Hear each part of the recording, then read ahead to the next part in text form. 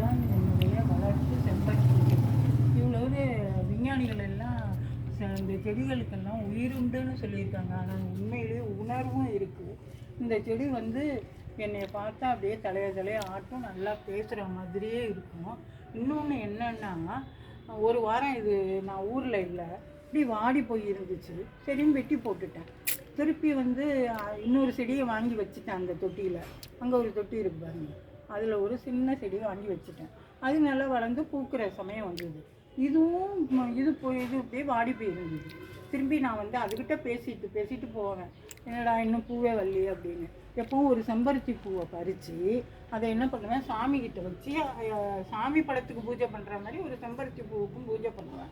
ஏன்னா அந்த செம்பருத்தி பூவை பூஜை பண்ணும்போது குடும்பம் நல்லா இருக்குன்னு சொல்லுவாங்க. அதனால அதுக்கும் பூஜை பண்ணுவேன். ஒரு பூ கூட இல்லையே, நான் என்ன பண்ணுறது அப்படின்னு சொல்லிட்டு சாமி கும்பிட்ற கூட பூ இல்லைன்னு சொல்லிட்டு வருத்தப்பட்டுட்டு போயிட்டேன். திருப்பி ஒரு வாரத்துலேயே நிறைய தளிர் வந்துருச்சு. என்னடா திடீர்னு இப்படி தளிர் வந்துட்டேன்னு அப்புறம் நான் எப்பவும் போல் என்ன தளிர் வந்துட்டு நல்லா இருக்கீங்களா, சந்தோஷமாக இருக்கீங்களான்னு கேட்பேன். உடனே அவங்க ஆடுவாங்க அப்படியே என்கிட்ட. அதுக்கப்புறம் என்ன ஆயிடுச்சு, வளர்ந்துருச்சு. நல்லா வளர்ந்து பூவே இல்லையேன்னு சொல்லி சாமிக்கு வைக்க பூ இல்லை அப்படின்னு வருத்தமாக சொல்லிட்டு போகிறேன். மொக்கு வச்சு பூ வச்சு இப்போ நிறைய பூத்துக்கிட்டு இருக்காங்க. இது பாருங்கள், எப்படி பேசணும்னா எப்படி ஆட்டுறாங்க பாருங்க தலையாது. இது வந்து அற்புதம். இந்த செம்பருத்தி பூக்கு ரொம்ப உணர்வு இருக்குது. உயிரோடு இல்லை, உணர்வும் இருக்குங்கிறத இதுலேருந்து நான் அனுபவபூர்வமாக தெரிஞ்சுக்கிட்டேன். வணக்கம்.